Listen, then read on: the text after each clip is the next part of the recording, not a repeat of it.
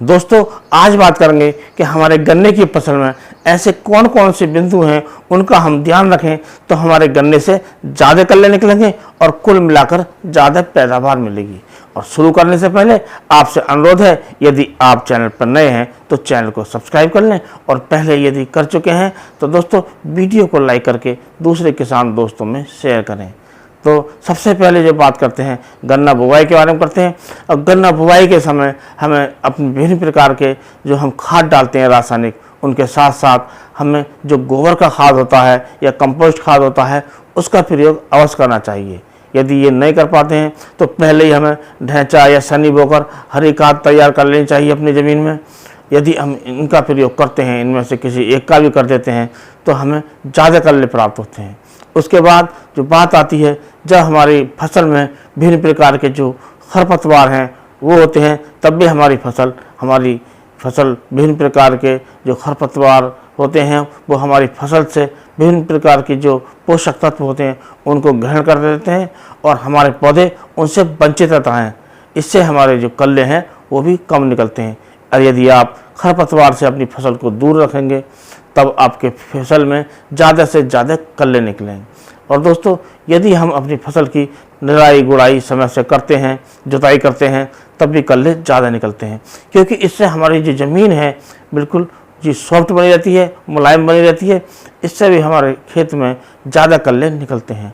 अब दोस्तों बात करते हैं, यदि हम पौधा गन्ना करते हैं और पौधे गन्ने में यदि हमारे खेत में कल्ले कम निकलते हैं, शुरुआत में देखते हैं हम, तब हम इसमें एक इथेफॉन 39% ऐसा लाता है, उसका प्रयोग कर सकते हैं।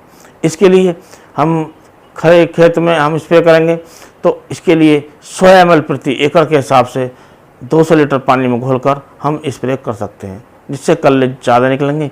यदि हम इसका प्रयोग बुवाई के समय मिट्टी में करेंगे तो इसमें हमें मात्रा डबल करनी पड़ेगी, अर्थात 200 ml लेकर और उसको पानी में घोलकर या खाद में मिलाकर हम उसका प्रयोग कर सकते हैं, तब भी कल्लों की संख्या है उसमें वृद्धि होती है।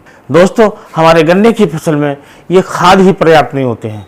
यदि हम विभिन्न प्रकार के माइक्रोन्यूट्रिएंट्स की पूर्ति नहीं करते हैं तब भी हमारे गन्ने के कल्ले प्रभावित होते हैं।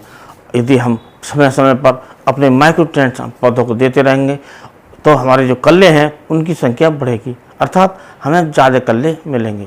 और दोस्तों एक बात और ध्यान रखने की है, ये जो माइक्रोन्यूट्रिएंट्स की पूर्ति है या आपके फर्टिलाइज़र की पूर्ति है, इसका जो प्रयोग है हमें मिट्टी की जांच करा कर करना चाहिए।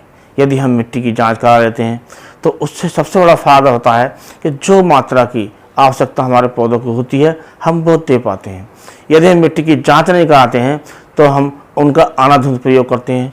जिस खाद की, जिस माइक्रोन्यूट्रिएंट्स की आवश्यकता नहीं होती है उसे भी अपने पौधों को देते हैं, जिसका हमें फ़ायदे की जगह नुकसान भी हो सकता है और हमारी लागत तो बढ़ ही जाती है।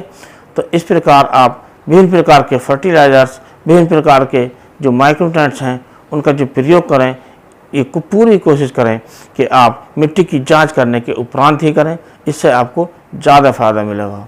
और दोस्तों आप वैरायटी का चयन भी इस प्रकार करें कि आपकी वैरायटी रोग रहित हो, क्योंकि दोस्तों अब बहुत सी वैरायटियों में रेड रॉट, पोका बोइंग आने लगा है, तो आप उसकी वैरायटी का भी ध्यान रखें, अच्छी वैरायटी चुनें।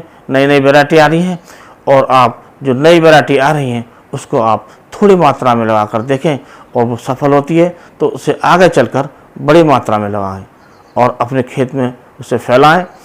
और दोस्तों इस प्रकार आप विभिन्न कार्य करके अपने गन्ने की ज़्यादा कल्ले ले सकते हैं और ज़्यादा पैदावार ले सकते हैं। तो आज के वीडियो में बस इतना ही। अगले वीडियो में कोई नया टॉपिक लेकर फिर मिलेंगे, तब तक के लिए नमस्कार।